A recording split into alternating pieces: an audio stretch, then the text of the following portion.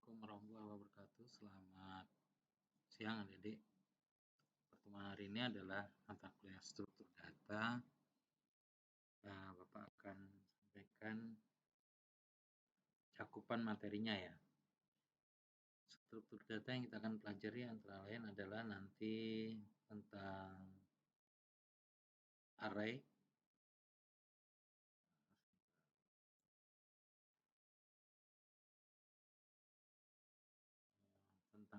kemudian atau himpunan kalau di sini array disebut himpunan. Kemudian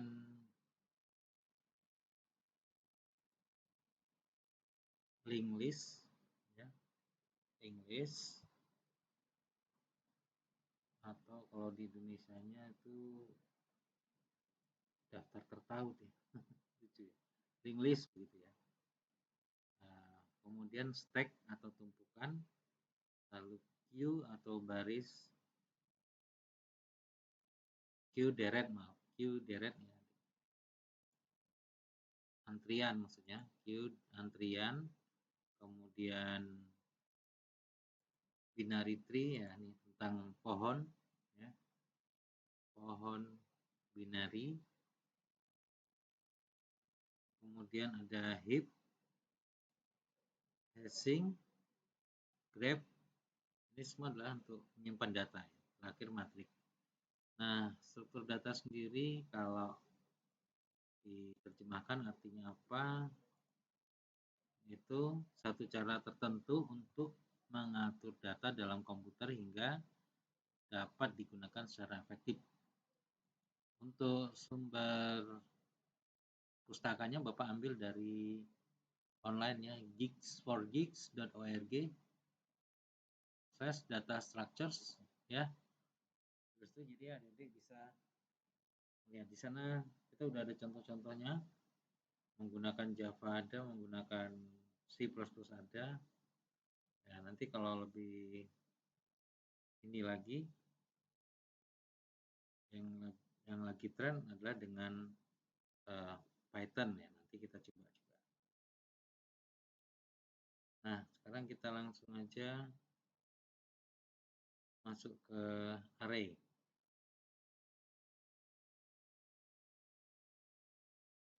Oke, array itu apa gitu ya? Array adalah kumpulan dari data yang disimpan di lokasi memori yang berdekatan. Jadi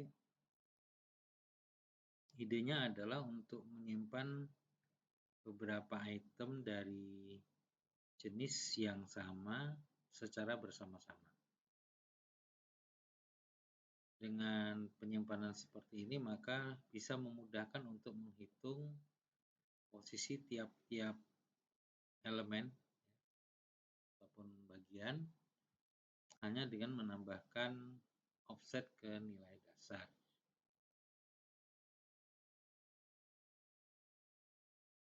Menambahkan base value ya. Jadi menambahkan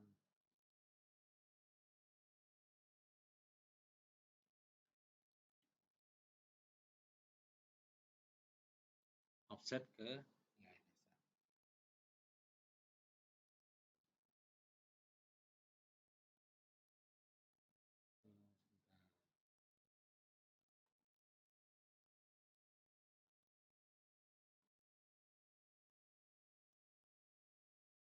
Jadi untuk nilai awalnya, untuk nilai dasar pertama, indeksnya adalah 0.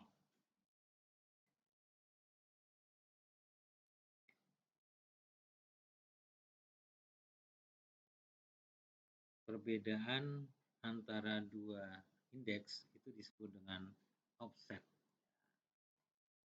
Ini kalau diterjemahkan ke Indonesia, ditranslate begini bisa, tapi kadang-kadang agak sulit ya untuk menangkapnya. Jadi sering saya kembalikan ke Inggris. Jadi adik-adik nanti bisa baca lagi. Kalau dalam bahasa Indonesia itu nggak jelas, nggak ngerti, dimasukkan aja bahasa Inggris gini. Itu lebih jelas ya.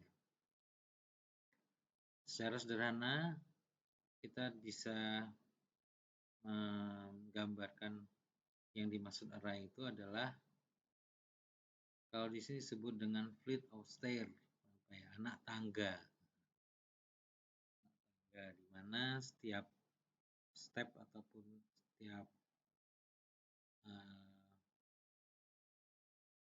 setiap jenjang itu step trap ya kalau ya. Setiap jenjang itu each step is place a value, ditempatkan satu nilai. Setiap jenjang tempatkan satu nilai. Jadi seperti anak tangga itu tiap tangganya, setiap anak tangga itu ada satu nilai. Ya.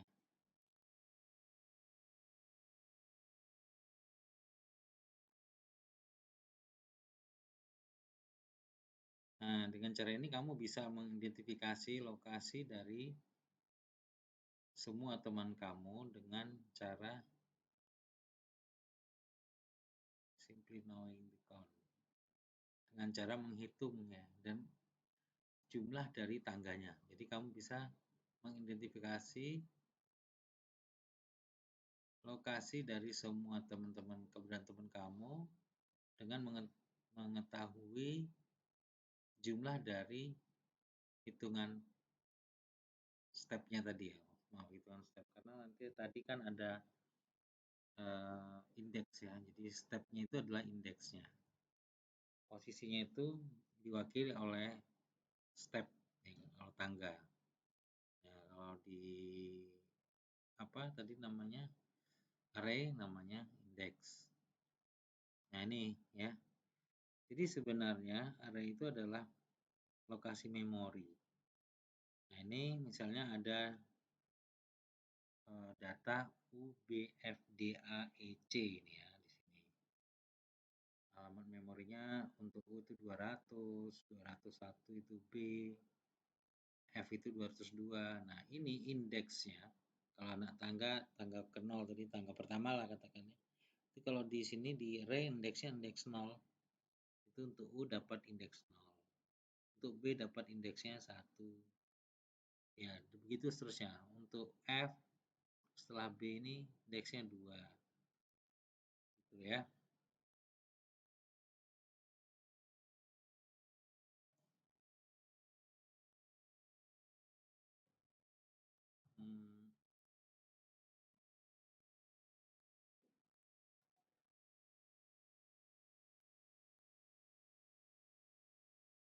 Setiap elemen dari masing-masing data di atas ini, gambar ini, itu dengan adanya indeks dan adanya alamat memori, maka bisa diidentifikasi secara unik. Unik itu berbeda dari yang lain ya. Tidak ada di sini misalnya untuk U itu sama dengan A mana atau sama D. Karena U punya 200 dan 0, sedang A 204 dan 4. Ya, 4 itu indeks, 204 memori, alamat memori. Jadi unik ya. Kemudian yang perlu diketahui lagi adalah jenis pengindekan di dalam array. Pengindekan berbasis 0. Elemen pertama dari array diindeks oleh nilai 0 ini ya. Itu berbasis 0. Tapi bisa juga sebenarnya pengindekan berbasis 1. Elemen pertama dari array diindeks oleh subscript 1. Ya. Kemudian untuk pengindekan berbasis n, maka indeks dari array dapat dipilih secara bebas. N ini berarti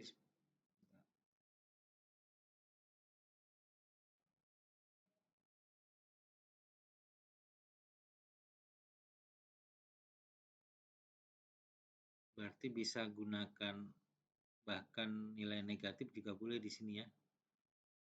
And also allow negative index values. Jadi bisa pakai nilai negatif bebas seperti yang tadi yang Bapak contohkan di sini di dalam pustaka ini positif ya, 0, 1, 2, 3 dan seterusnya. Tapi di sini ternyata bisa juga negatif. Ini adalah tipe dari indeks di dalam array.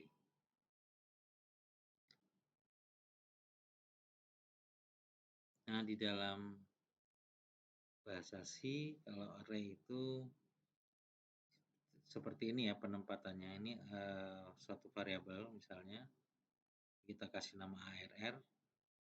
Nah, sebagai penanda bahwa dia itu pada indeks ke-0, maka dikasih kurung siku, buka tutup, dan di dalamnya ada angka 0. Kalau kita lihat, ini adalah alamat dari variabel ini berada itu pada 0, indeks yang ke-0 ya. Dan sama sih sebenarnya, mau pakai C mau pakai Java sama. Ini contoh dia menggunakan C.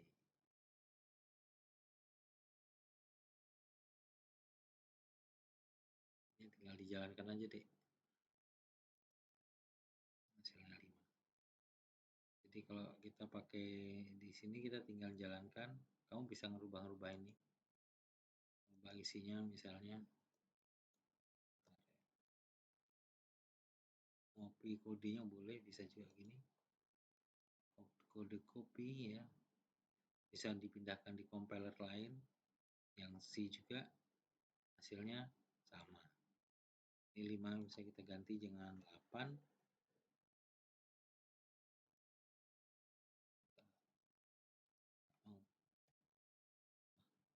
Edit dulu ya, pencet editnya, baru ganti 5 dengan 8. Ini ya, baru di run. Nah, semacam ini. Ini hasilnya 8. Jadi di sini ada sekaligus compilernya deh ya di pustakanya nih. Jadi enak kita bisa langsung coba. Ini pakai C++ ya.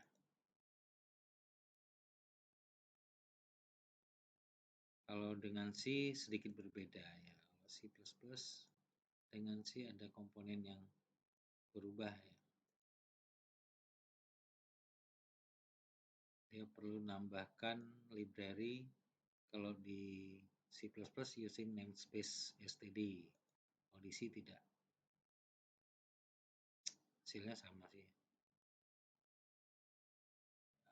Oke, jadi ini cara nyobanya ya. Ini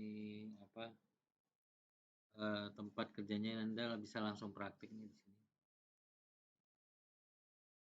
Lalu apa sih keuntungannya kalau kita menggunakan arrays? Keuntungannya apa menggunakan array? Ya, coba ini kita terjemahkan biar mudah ya. Jadi kalau array itu sudah kita kenakan pada data kita, bisa memungkinkan pertama akses acak ke elemen. Ini membuat kemampuan pencarian, membuat mengakses elemen berdasarkan posisi lebih cepat. Array memungkinkan akses acak ke elemen. Ini membuat mengakses elemen berdasarkan posisi menjadi lebih cepat. Kemudian selain itu kelebihannya apa keunggulannya, array memiliki lokalitas case yang lebih baik yang membuat perbedaan kinerja yang cukup besar. Artinya kalau perintah yang sama yang pernah diminta, misalnya tadi ya mencari angka 8, diminta lagi mencari angka 8, dia tampilnya lebih cepat karena ada case di sini ya. Dia menggunakan case, lokalitas case. Lokalitas case ini apa? Bisa kita cek di sini biar lebih jelas lagi misalnya. Nah, dia seperti locality of reference ya kalau diterjemahkan Indonesia, dikenal sebagai prinsip lokalitas. adalah kecenderungan prosesor. Jadi otaknya komputer kita itu akan mengakses kumpulan lokasi memori yang sama secara berulang selama periode waktu yang singkat. Jadi dia mengakses lokasi memori yang sama secara berulang pada periode yang singkat. Ini yang disebut dengan lokalitas apa tadi? Apa? Lokalitas case. Jadi dia punya case di array. Array mewakili beberapa item. Ini keuntungannya adalah array mewakili beberapa item data dengan tipe yang sama menggunakan satu nama. Ini ya. Dia bisa menggunakan satu nama untuk mewakili beberapa item data. Ini kan enak ini ya. Tapi seperti apa nanti kita lihat ya. Ini adalah keunggulan, tapi ada kekurangannya ternyata ya. Ada kekurangannya. Pertama, Anda tidak dapat mengubah ukuran. Nah, ini array jeleknya.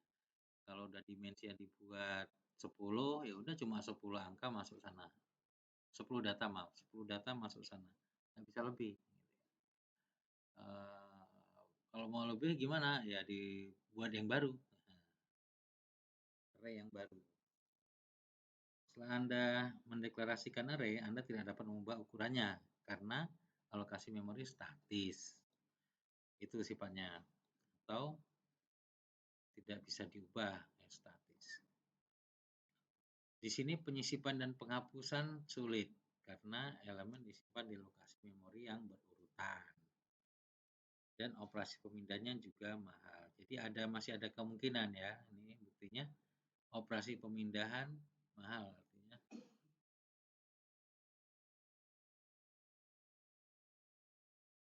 Masih bisa dipindah. Nah, mahal ini nggak tahu nih mahal dalam artian bagaimana? Apakah memerlukan software tertentu atau bagaimana?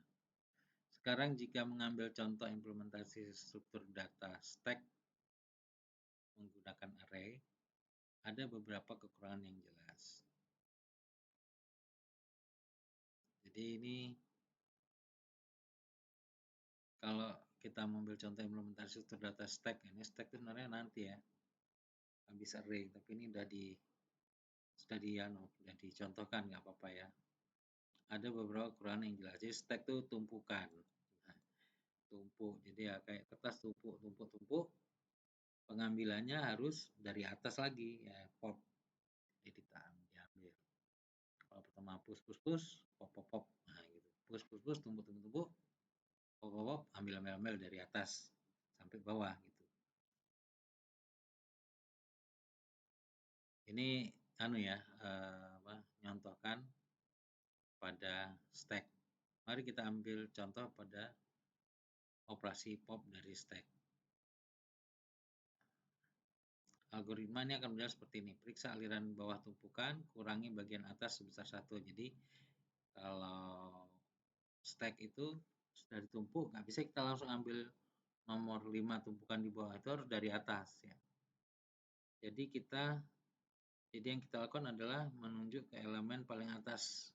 Nanti algoritmanya harus ngambil dulu benda yang di atas, diambil ya. Artinya kita hanya membatasi pandangan kita sebenarnya bahwa elemen itu tetap di sana mengambil ruang memori. Jadi intinya nggak bisa langsung jujuk ke misalnya indeks kelima ngambil, nggak bisa, harus dari atas. Itu sekali lagi itu tumpukan ya, stack.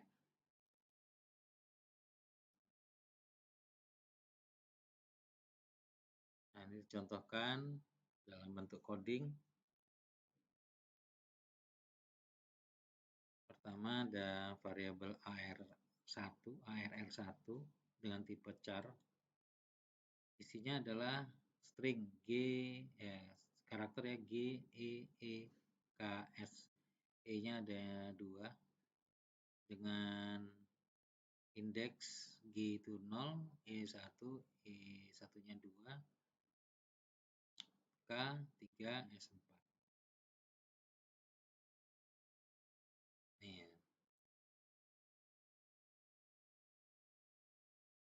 Itu contoh array. Kemudian bisa juga dia isinya untuk contoh array ini bernilai numerik ataupun integer. Sini contohnya membuatnya in ARR2 buka kurung siku tutup kurung siku sama dengan buka kurung berawal 10,20,30,40,50 ya tanpa tanda petik 1 karena bukan string.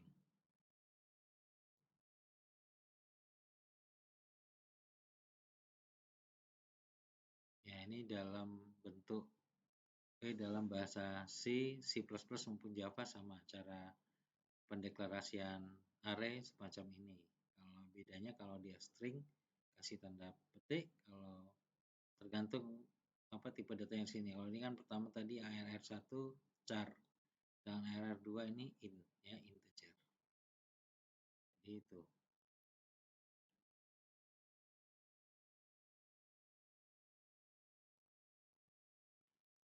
Lalu aplikasi pada array. Bentar, kalau Inggrisnya apa?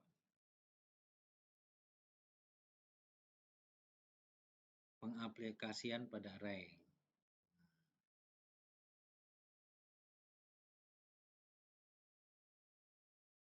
Array akan menyimpan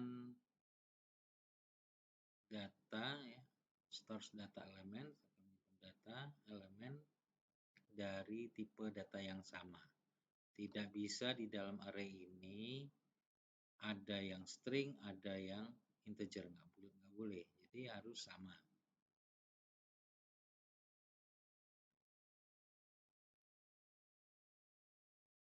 Kemudian dengan array bisa digunakan untuk penjadwalan CPU. Nah, array can be used for CPU scheduling ya, untuk penjadwalan CPU.